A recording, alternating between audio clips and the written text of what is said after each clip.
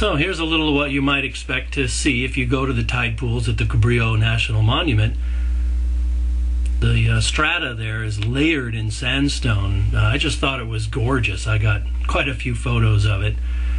There are these little canyons all over the place that you can climb around into. Watch out, they're very slippery. There's cliffs with boulders at the bottom, just sheer cliffs.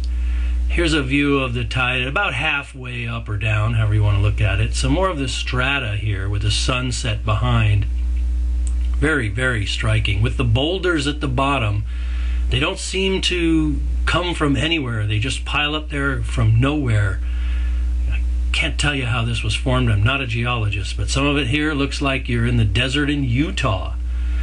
And it's just breathtaking. The pictures really don't do it justice. You've got to go there and see it and climb around on it. And you can also find lots of animals there. Here's a sea slug. You don't want to keep him out of the water too awfully long. Another view of the same guy. He was a little bit red that day. A really purple critter is a sea hare. He's big, he's heavy, he's slimy, very hard to hold on to. Kind of rare too, very hard to find, the same color as all the kelp around. Here's another sea slug on a different day. Have a few different views of this guy. You can see he's actually quite smooth for a sea slug. The next picture gives you a good view of the bumps on him. But they're all pretty uniformly in size. But he was so cute, I just had to give him a little kiss. But of course, you always put him back in his environment, and don't ever try and hurt him. Other critters you can find, like this little lobster here, they're all over the place. They actually jump into the air when you startle them. And to give you an idea how small he is, here's Suzanne's finger right next to him. Just a little baby lobster. And then another sea slug with much bigger bumps. Just to give you an idea of the variety of those sea slugs, you find them all over the place. Here's a keyhole limpet with a big black shroud all around him. He uses that to stick to the rock. Another keyhole limpet without the shroud. And here's one without any shell. I'm not sure what he did with it. And it's the only one I've ever seen without a shell. There's a nice starfish that we saw there. And here's an auger whelk actually eating a chiton. We took him out of the water and gave another view so you could see that. The big guy's eating the little guy hanging below him there. And the little guy's not having a good day. This is an octopus. I'm going to give you a still here, which is not very good, and then a couple minutes of video of this same guy, because the still just didn't do him any justice. Zoom in on him here and you can see the eyeballs on top of his head, a couple of his arms.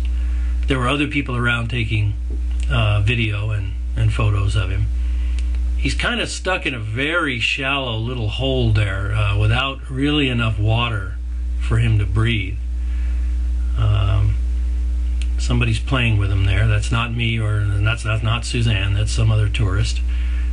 I tend to just try and leave these guys alone because they can bite. They have a beak under them that can really get you. They can also cover you with purple ink and stain you for a long time. Here he is, kind of going in distress, trying to breathe. Of course, that intake there is supposed to be taking in water, and it's taking in very little water where he is. A lot of air, so he's basically suffocating right now. Fortunately, right after I stopped the video, he slipped away into a deeper hole of water, and he's fine, I'm sure. There he is trying to exhale now, and you can see there's just not enough water for him to breathe, but trust me, he's okay. He's about a foot long in his body and probably almost 4 feet long if you stretch out tentacles from opposite sides. He's really quite a big guy. And almost stepped on him before I saw him there. And here's a parting view of the Cabrillo National Monument with the islands in the background. And thanks for watching. See the rest of my videos on YouTube.